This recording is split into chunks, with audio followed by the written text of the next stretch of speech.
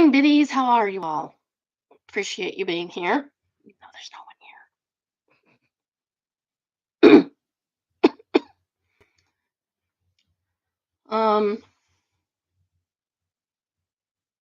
There's somebody here. Somebody's loving it. I don't have to do laundry today. Thank you. Um, I just want to say that I'm really sad today because Jane Goodall died. She is part of the reason I was a anthropology minor in college. So she'll be missed. Yeah. Um.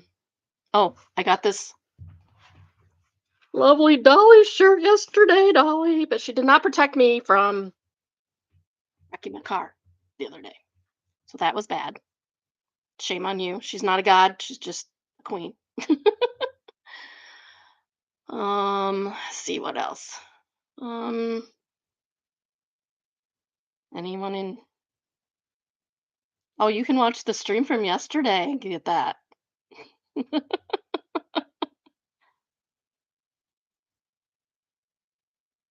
If you want to see pictures of the car, they're on the stream from yesterday. Yeah, I'm gonna make you watch. um, anything else anyone wants to address before we get into the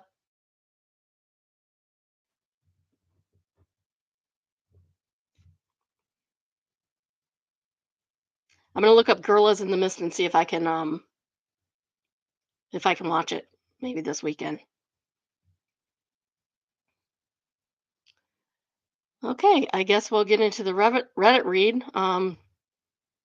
Lauren especially will like this one. I think it's from FU Karen, and it's called Karen at My Trivia Game. It's from the Redditor is Skinny Dave. FYK is among my favorite subreddits. I've always lamented that I don't have anything to contribute, but something happened last night that reminded me I do have a source from which to draw stories. Relentless.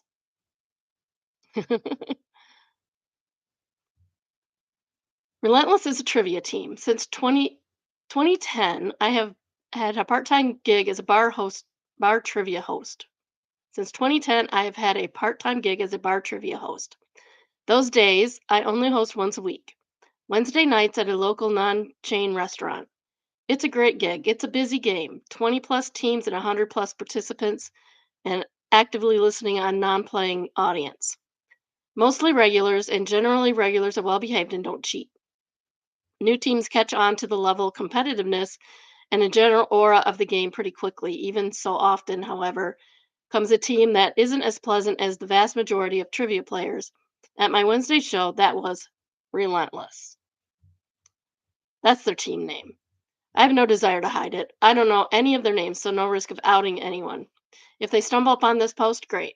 Maybe they don't know how vile they are and need to see their actions described in order to understand why everyone dislikes them so much. The team is the team in its entirety quit recently after my company's last season. We have roughly 4 seasons a year. Following the season, there is a playoff game and championship, the latter of which is when the teams can win a modest amount of cash. Relentless never performs well enough to make the postseason, but my boss, knowing they'll never advance, lets them come anyway. It's asses in seats, so he's the one actually winning. That makes sense, I guess. As I said, the whole team quit recently. At the end of the last season, I and some players and a lot of staff all cheered and had a nice week sharing stories about them. They were completely absent for 3 or 4 weeks, but last night one of them showed up. The team was comprised of one queen bee. She is the one after I received a gift from a regular team, said, not humorously, "Oh, I would have never thought anyone could like you enough to actually bring you a gift." Who would say that to somebody? That's mean. That is the easiest way to summarize the whole team. Mean for no reason. There was a subordinate queen bee, I won't call her princess because no, and some clueless dudes that rounded up the team. The only one who showed up last night was Deputy Queen Bee. She sat with one of my longtime regulars. They have been at the bar longer than me, but only started playing after I began hosting a couple of years. There's someone here. Who is here? I'll be right back. It's me. Oh, you want to come and say hi to your sister on camera? Oh, okay.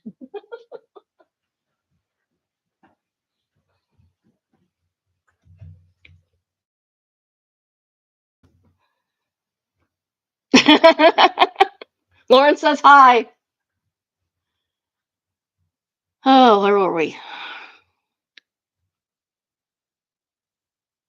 Okay. They've been at the bar longer than me, but only started playing after I had been hosting a couple of years. They're barflies. This is not a term I use derisively by any means. They drink, but they're respectful, can handle the liquor, and one of their medically necessary sober team members does all the driving. They're typical of a Wednesday night trivia team at my location. They're fun and pleasant. So to see Deputy B with them was odd. When Relentless was still playing my game as a team, they sat near the regular team. I haven't talked to regular team yet as they dispersed when the game was over. I anxious to hear the story next week of why Deputy B was sitting next to them. Friendliness came over, come on over and play with us one week is what I'm thinking. I hope she doesn't come back, but look, I haven't even gotten to the actual story yet. Yeah, it's a little long-winded. Everything was fine until halftime. She brought up roughly a third of the answers, so I got to smile brightly while she scowled at me. No worries. At one point, Deputy B came up and started to try to finagle an answer out of me. The question was about airport cities, and she was dancing around whether she should put Newark or New York. Her goal was usually to get me, or my lovely, wonderful co host, scorekeeper, and wife, to say something is to use as ammunition later. It's a technique not unique to them and something I and my wife knew how to deal with, especially the likes of her. Her little song and dance was for naught because neither Newark nor New York was, in fact, among the correct answers. The question ended. I read the halftime answers and halftime scores. Deputy B was the first to arrive for scoring discrepancies. Her score is 3 points higher than what she had. Halftime answers were worth 3 points each. So that was the first place we looked. She had given herself credit for 6 answers, but the team slip only had 5 correct answers. So I pointed to them 1, 2, 3, 4, 5. Stairs. 1, 2, 3, 4, 5. More stairs alternating between me and the answer slip. 1, 2, 3, 4, 5. Pointing my finger on the slip each time. You got 5 answers correct. At this point, I have memories of Captain Picard and four lights for some reason. I'll have to look that up. That's got to be a Star Trek reference. Suddenly, Deputy B had a eureka moment. Paris, she shouted. I looked at her quizzically for a moment and she repeated Paris. I said, Paris is not one of the correct answers. At this point, she's fumbling around, mumbling, looking at her score sheet, which is irrelevant because the only thing that matters is the answer slip she turned in by the team. Paris was on her answer slip, but it was not one of the correct answers. More mumbling and fumbling. I finished. The only thing that will help your case is if you had 6 correct answers on your answer slip. 1, 2, 3, 4, 5. Take this, and if you see a sixth correct answer, let me know. In the meantime, have a seat. It wasn't out of control, but I was certainly escalated. She had this detached woe is me expression that she actually skulked away. I'd never seen that before.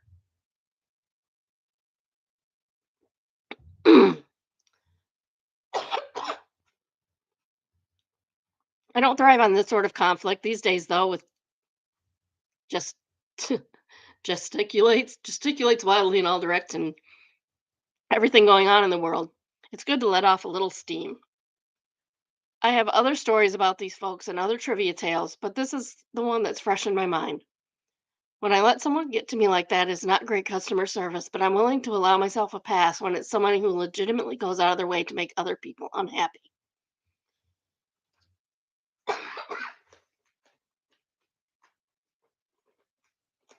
Like, just take the L, lady. Relentless. I mean, that sounds like they named themselves that on purpose.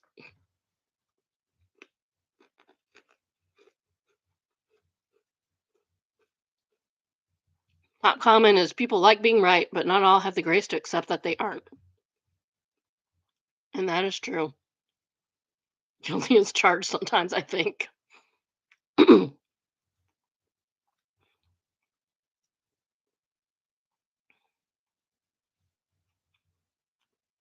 And bye bye job we have. A Washington Post journalist fired for allegedly quoting Charlie Kirk's words about black women. Why are we firing people for quoting someone? I don't understand.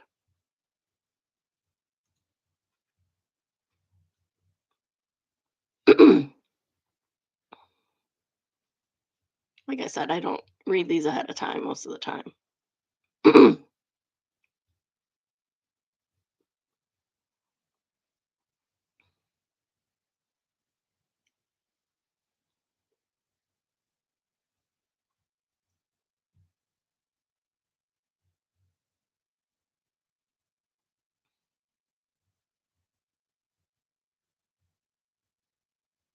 No, it sounds like it's just what she said. I'm not going to quote all of this.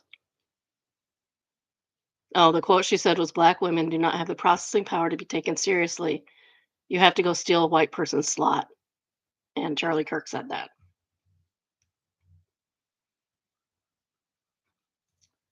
What did I just do? Okay. I know, right? Um, this is from I Am the Devil, entitled Please, Oh Please Be Fake. And it's originally from I Am the A-Hole, AITA, for going on a trip right after my daughter who started college, without my daughter who started college. So I, 52 male, just got off the phone with my daughter, 18 female, and I think I made her cry. I feel bad, but I also don't understand why. Any advice would be appreciated. A few months ago, I began planning a surprise for my wife's 50th this October. I thought it would be perfect time for a little getaway as we've been raising children for the last 20 years and haven't had much time alone. My oldest, 20 female, has been in college for a few years now, and this year my middle child left the nest for college too. Just leaves my youngest, 15 male, at home. I figured it would be okay to leave him to fend for himself a bit. Depending on the kid, maybe. Probably should have seen if one of his friends would take him for the weekend. The issue just started when I decided where we would be going. My wife has been wanting to visit Portugal for a long time, and I thought it would be a natural choice. But my middle daughter has also expressed a desire to go to Portugal in the past. Lauren said the youngest boy, he will starve. Not if they leave enough money for pizza delivery.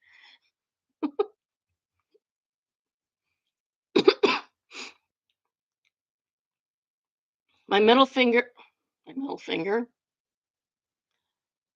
My middle daughter has also expressed a desire to go to Portugal in the past. Stock the freezer for sure. To the point where her and my wife had discussed taking the trip together. I figured that going on a trip without my daughter would be okay since this is just a week-long thing between my wife and I. I mean, yeah, you're allowed to take vacations without your kids. It's good, actually good for you. About a week ago, I decided I couldn't keep the trip secret anymore, so I told my youngest about it. He told me he would not be comfortable staying home alone for a week. And after some consideration, I decided it would be okay if he came along too. No, no, you find somebody to like stay with him or send him off to college with the girls. You could do that. I don't want him to be left alone for so long, and I think it might be nice to get him some travel experience. I managed to convince him to keep the trip secret from his mother, but not from my oldest. I hadn't told my oldest prior because she has a very busy schedule. It was a birthday trip. It was the wife's birthday. Yeah, okay. I hadn't told my oldest prior because she has a very busy about the trip. She managed to take the entire week off work, which is practically a miracle. Of course, I said she could come along too, since it's a rare opportunity. Oh my goodness, why would you do that? This unfortunately means the only person in the family not coming is my middle daughter, who is the one who really wanted to go to Portugal. So I called her and told her about the trip. I didn't expect her to take it well, but she took it really not well. Once I filled her in on the details, she got really quiet and I think she started crying before wordlessly hanging up the call. Afterwards, I was worried she was going to tell her mom about the whole incident, which I cannot have.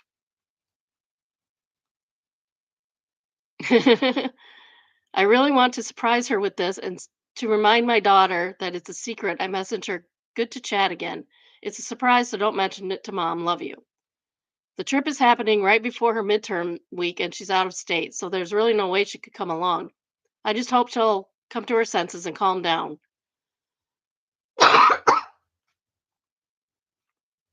As at this point, there is really nothing to do. I expected more emotional maturity out of her, I guess. Out of an 18-year-old, seriously. I think she's being a bit of a spoiled brat, honestly, but I also understand something like this could really ruin our relationship, and that's the last thing I want. What should I do? Don't take your other kids on the trip. Your oldest one could stay with your youngest one. Problem solved. Exactly. Lauren says, where's the parents' emotional maturity? Like, this guy went about this all wrong. All wrong. If you're going to surprise a spouse, keep it to the spouse. Make arrangements for your kids. It's not that serious. Top comment is, what makes him think the wife will even want this after finding out the links he went to exclude their daughter? This is sad. What a dick. Yep, I completely agree.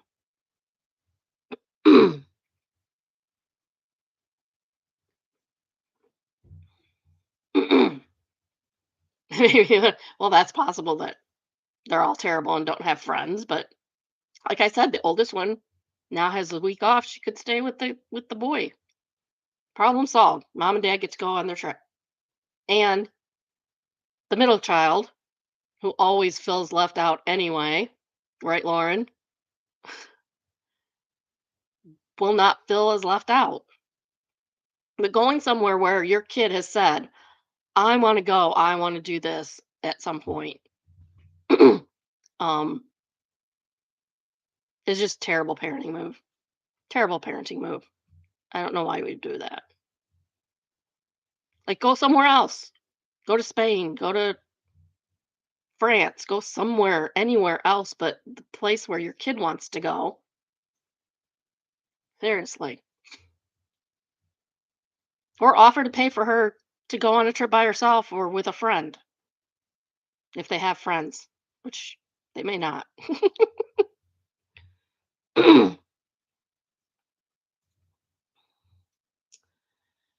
This is from AITAH. AITA for not wanting to help my mom and her fiance with his disabled child. Ooh. I don't even read some of the headlines before I put them on to read. I, 20 male, moved out of my mom's house, 42 female, a couple of years ago when I went to college. Until 10 months ago, I had my own room there, but her fiance, 25 male, and his two kids, 6 male and 4 female, yikes, moved in with her. The 4-year-old has a host of disabilities. They know they have a I know they have a seizure disorder and a condition called osteogenesis imperfecta. Osteogenesis imperfecta is commonly known as brittle bone disease. I believe there's another one involving paralysis or spasms of the stomach or esophagus. That could have something to do with the osteogenesis imperfecta. I don't know that much about it. Yeah, it is a rough one. My daughter took classes for over 2 months before her fiance moved in, so she would know how to take care of his daughter. Her fiance's ex is totally out of the picture, so mom decided she would need to step up completely, which I get. I mean, that's his mom's choice to do that. I have been back twice since my mom's fiance moved in with his kids. The first time was at Christmas. I stayed with my grandparents because my old room went to the 4-year-old and there was no spare room for me. My mom was disappointed, but I pointed out that it would stop me from getting in the way of their routine, too. I mean, that makes sense if there's not a room for him. They basically, essentially, took his room away, which is fine. He's 20, he's not living there.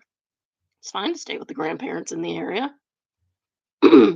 The second time was late June, early July. I was home for a few weeks again, stayed with my grandparents. My mom offered to buy a pull-out bed for me, but I said I was good with my grandparents. When I was home and whenever I went to mom's, I was asked if I had looked into taking some classes mom had, or if I'd like them to set me up with them.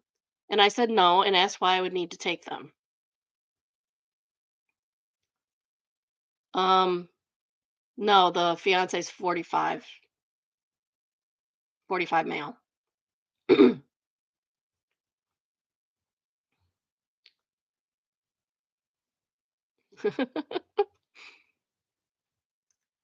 Okay.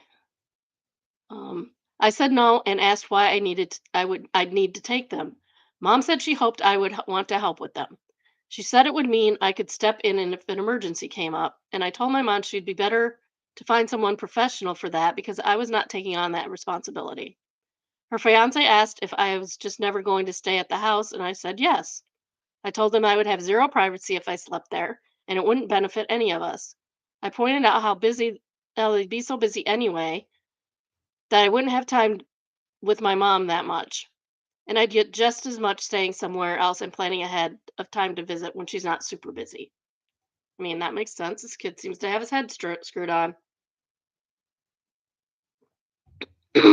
Kudos to him. Her fiance then said it sounded like I didn't want to learn how to take care for his daughter and planned to be limitedly involved with him and his kids. I said I'll see them when I see mom, but I won't be signing up for babysitting or future caregiver responsibilities. My mom and I went for a walk together after I said that, and she told me she got it, but that she would hoped I would be willing. She said it's a lot to ask, and I don't even live that close anymore, so it would never be all the time. But she asked me if I was really that unwilling to even give them a few hours off when I could visit. She said it would be so helpful. I told her I would visit and want to spend time with them, but babysitting her future stepkids was not my plans, especially not one so medically complex in the need of special care. She was upset but let it go. Yeah, and he's doing a good job, I think, too. Lauren said he's still a 20-year-old practicing setting boundaries in a complex situation.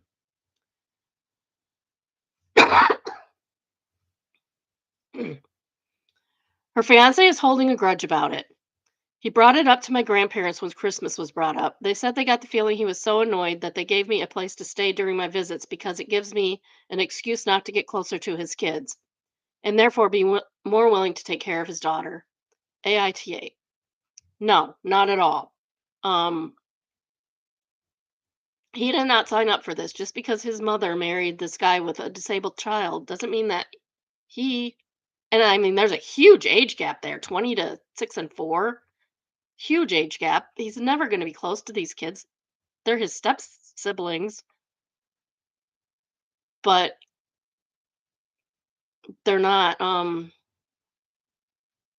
And I mean, this is just 10 months ago that they moved them in. They couldn't have been even dating that long. So he doesn't even know these kids. He doesn't know his stepdad, the fiance, that well. It's not even his stepdad. They're not even stepkids. They're nothing to him. They're just people who live in his mom's house at this point. No, he's doing good. Like, keep it up, OP. Good job. Um, Even if it was even the 6-year-old, are they gonna expect the 6-year-old to start taking care of the 4-year-old when he's, like, 12 years old or something? Like, that's not right. Like, you had this child, it's your child. I always tried to make sure that my kids did not have responsibility for taking my care of their younger siblings. I had to do that when I was a kid. It's not good for a kid. It's just not. It sets up bad interactions between the children themselves. So I guess that guy can carry a grudge. um top comment says this is a heavy ask for anyone, let alone someone who doesn't live there and didn't sign up for it. If they need real respite care, that's what professionals are for, not the college age son of the fiance. It's good you were clear now instead of half committing and then resenting it later. Yep, for sure. Yeah, where's their mother? That's a good point.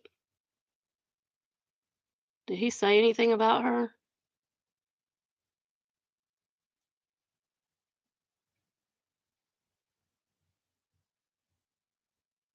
It says the fiance's ex is totally out of the picture. Doesn't say why. But they still have his parents potentially, still have potentially the mom's parents also could help step in, and there is professional help available for people who need respite care. Not something I would do because I'm not good at that. Know your limits. Know your limits. It's good to know your limits.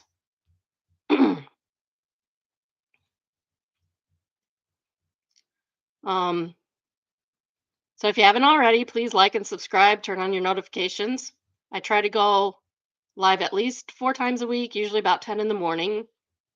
I may do an extra one this weekend because I think Sunday I'll have a little bit of time to get on, unless I get a better offer.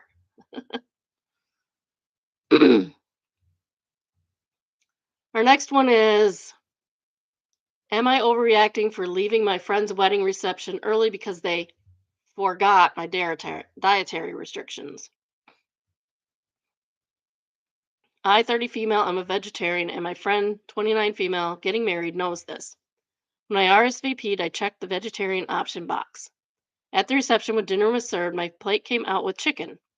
I flagged it, and the service said they didn't have any vegetarian meals prepared. How does that happen? I ended up eating bread and salad while everyone else had a full dinner. I stayed for the speeches, but when the dancing started, I quietly slipped out and went home to actually eat. Seems reasonable. The next day, the bride texted me saying she noticed I left early and it was hurtful.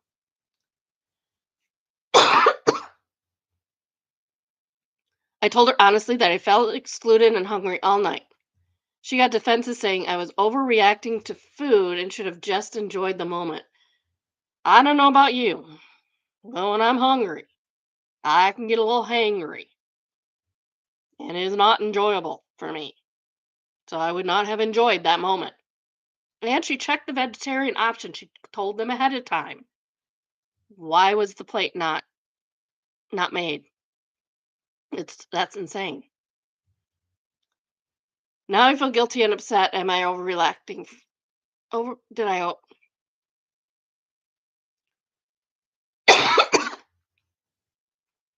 It says AIO for leaving. I think she meant, did I overreact for leaving? That was over leaving and overreaction. I don't think so. I mean, you didn't get to eat. You're hangry. Nobody wants to be around that.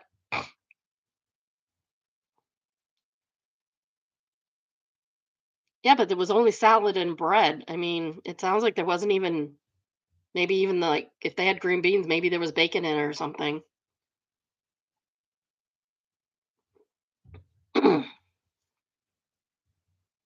Now, if she's being ridiculous and it touched the chicken, that's kind of silly, but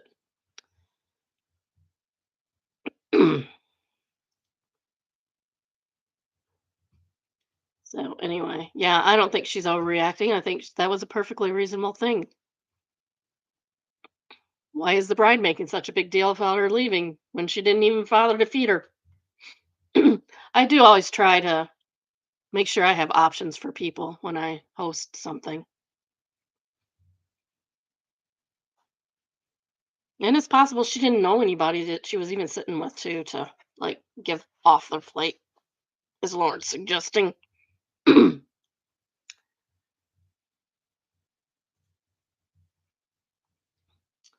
Ooh, best of Redditor updates. I swear this is my favorite. uh,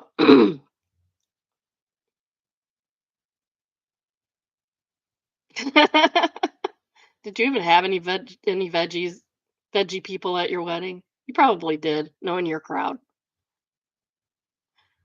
And buttered noodles are good, especially if they're like at uh from Zenders or something.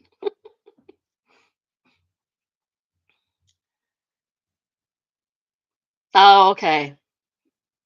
You should tell them to join the stream. You should share with your friends. I'm sure they're busy. You got worker bees on yours. Okay, best of Redditor updates. My 23 female friend, 22 female, just asked me to play the violin in her wedding. I do not and never have played the violin. Also, I think she might literally be going insane. Like, really? Oh my goodness.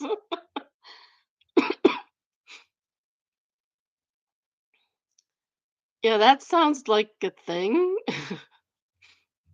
So, my best friend from school asked me to be in her wedding over lunch today. I've known this girl about 2 years, and because we have the same major, we are school friends. We partner up in classes, do projects together, etc., but I don't really know or hang out with her outside this setting. Anyways, she asked me to be in her wedding. I assumed as a bridesmaid, but I was wrong. She said she had a dream of the perfect wedding, and it was so beautiful she woke up crying. Okay, that's a bit much. I mean, I have woken up laughing from a dream, but not crying. Wrote it all down and cried for hours because it was just so beautiful and perfect. Oh my goodness, this lad sounds like Bradzilla.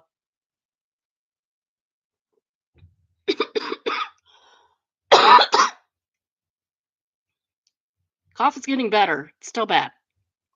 Then she likened herself to an artist with divine inspiration and on for 20 minutes about the details of her inspiration and how beautiful and uniting this wedding would be. That would change lives and be so much more than a ceremony, and that the execution was so perfect. It would be more of a visual statement, an artistic dedication to love that everyone would be living a part of. Oh my gosh. In this beautiful, perfect wedding, I am off to the left in the aisle playing the violin as her guests arrive.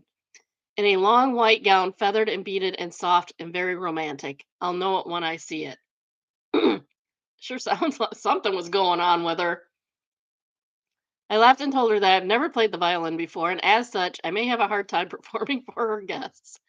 She told me that I had a year to learn, and this was extremely important to her. Okay. This is a school colleague, and you're asking them to learn difficult instrument for for a one-time wedding.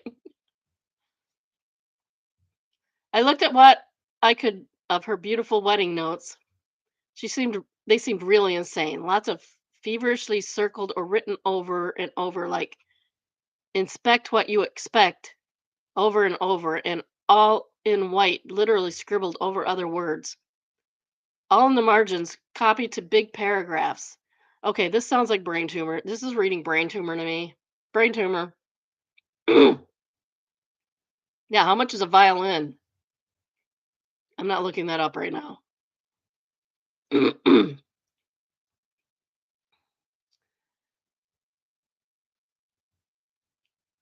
Literally scribbled over other words, all in the margins, copied into big paragraphs.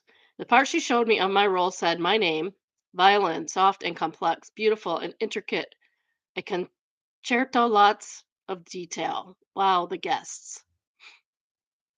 I don't know how to play the violin at all. I've literally never touched one. She sounded like she was on drugs talking about it. She was feverish and flitting from topic to topic, talking about how maybe I could compose something, but she wanted it to sound so intricate that no one would believe it was just one person playing. That sounds complex.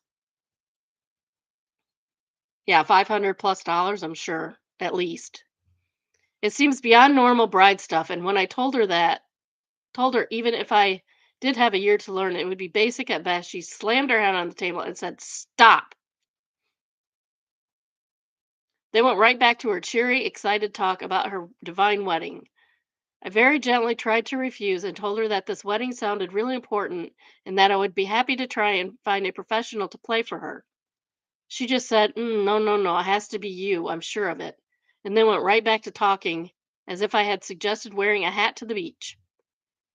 It really casually dismissed. Then she dropped the bomb. Besides, I already bought your violin and it was almost $2,000. Oh my gosh. Oh my gosh. Are you serious? You bought a violin before you even asked her to play it for a person who doesn't play the violin? What is it? I'm sure they come in different sizes too. What if it doesn't even fit? Like, what if she's short like me and has like limited T-Rex arms like I do?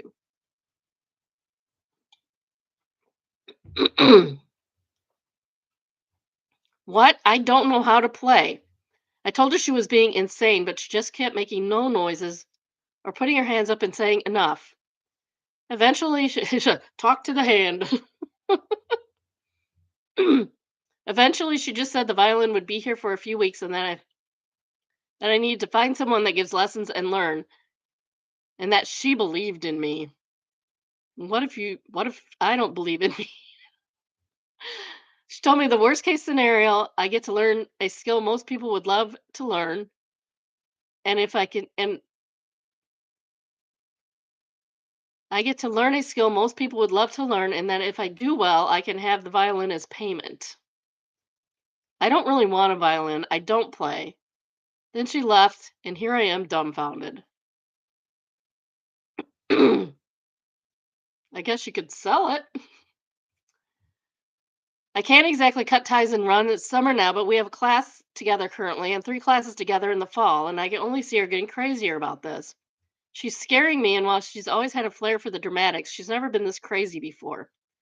I'm not really sure if this is just Mega Bridezilla and she'll get over it, or if I should just pretend I don't know her, or if I should call the loony bin to come and pick her up, or just take up the violin and hope whatever god of weddings visit her grants me the magical powers.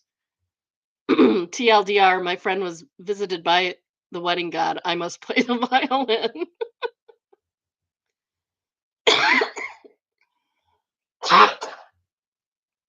I'm not buying you a violin, Lauren. I don't think your fingers can handle it right now, anyway. Relevant comments. Honestly, she sounds like she's dealing with mental illness. This is typically the age of schizophrenia hex it. Oh, schizophrenia. I hadn't thought of that. That too.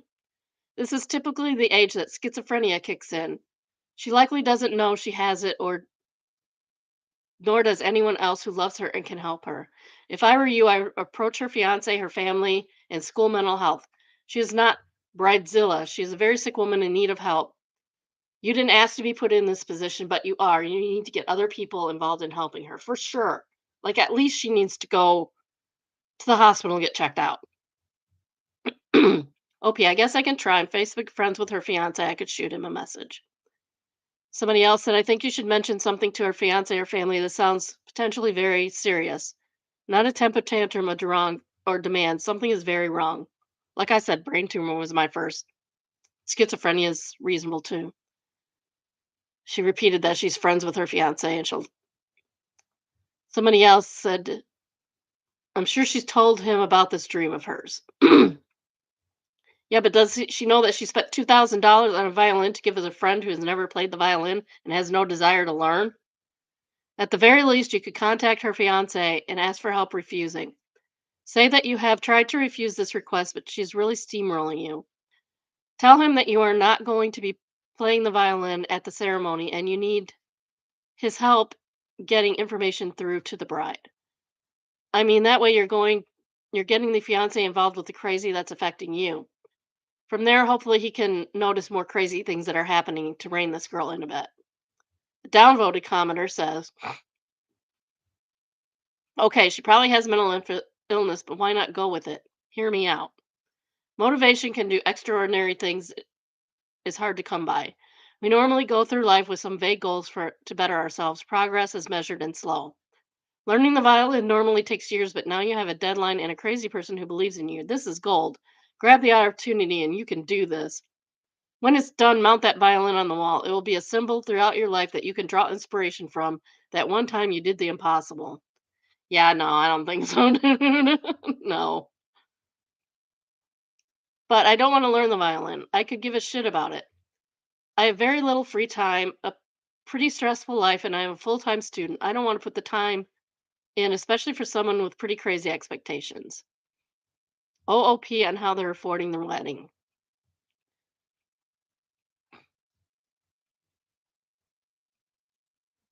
She is not rich that I know of. Her fiance is in the army, and she is a student who works part time at the Quiznos on campus. I really don't care to learn the violin, even if she wasn't expecting some kind of magic. I don't think she's sane enough for me to take her up on the offer, and $2,000 on a violin seems exorbitant for a beginner anyway. OOP's thoughts when first asked.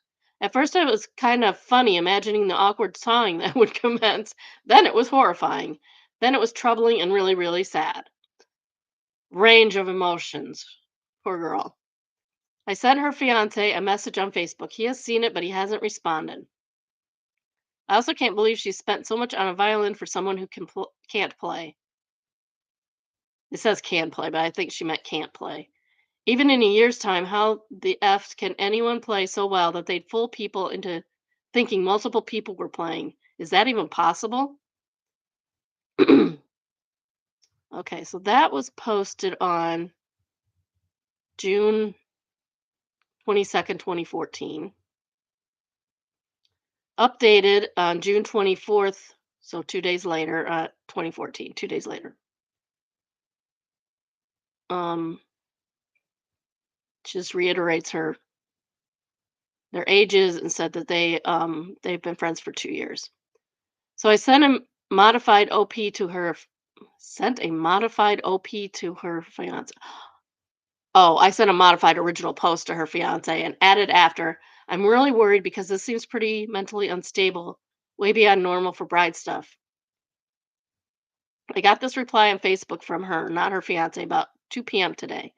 I didn't see it because she deleted me from her friends and went to a different mailbox. Facebook is weird. Thanks so much for trying to tell my husband I'm crazy. Thank God he understands what it's like to love someone and what planning a wedding is all about. Excuse me that I have a dream that I'm passionate about. Trust me, if you ever get in a ring with that attitude, you'll understand too, but I doubt it. Nice try trying to get in between us. What sweetie nothing can tear us apart, least of all you. Ha ha ha ha ha. You are clearly jealous, and it makes me feel really bad for you. Oh, that's really sad that she thinks she's jealous.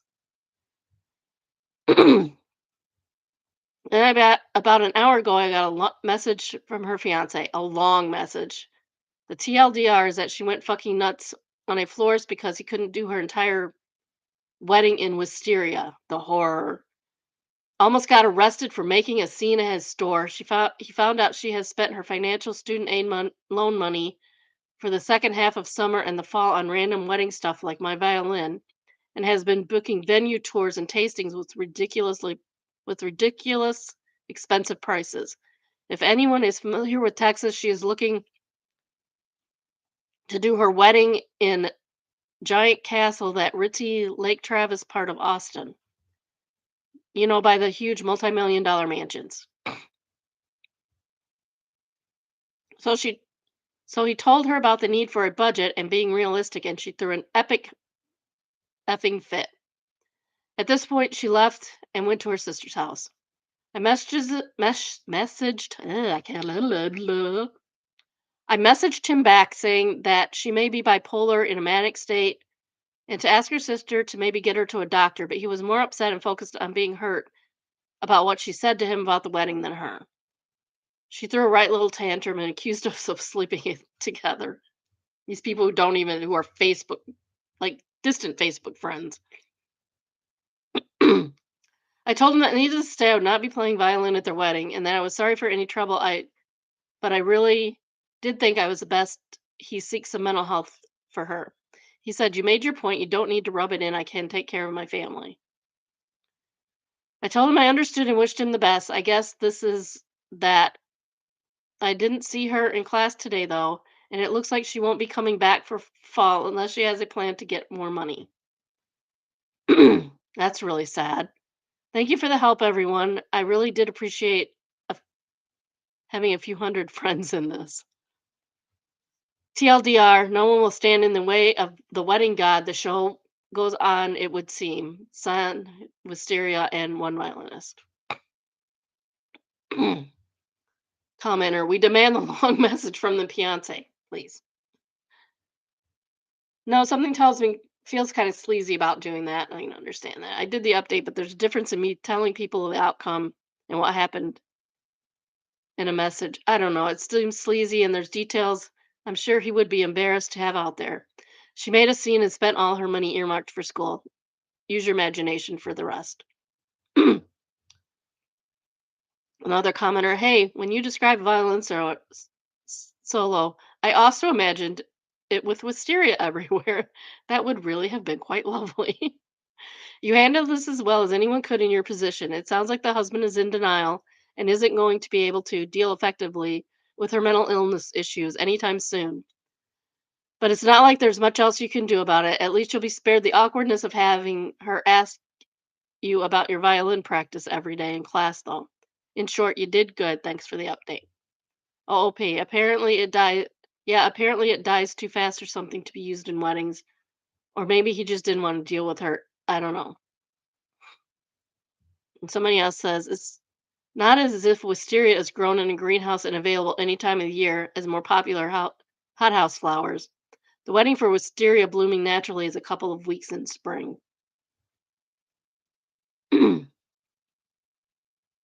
Hmm. Wonder if there's another update because this was quite some time ago.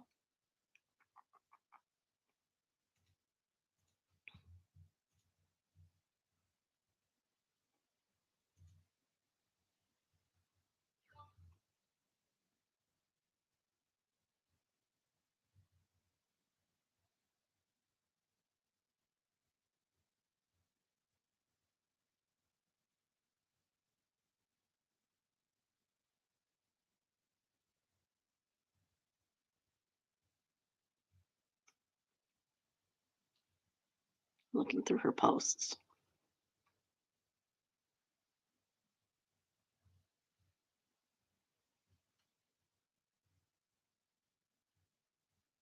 Yeah, I don't even see that one, much less anyone the other one.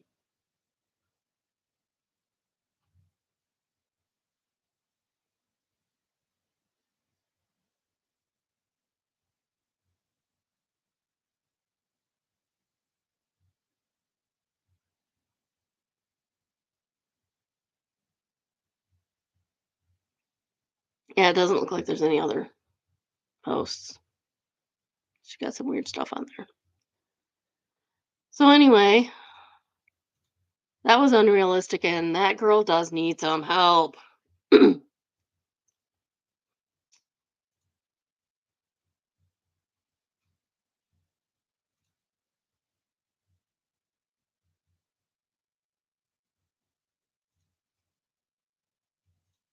Yeah, these are actually backwards.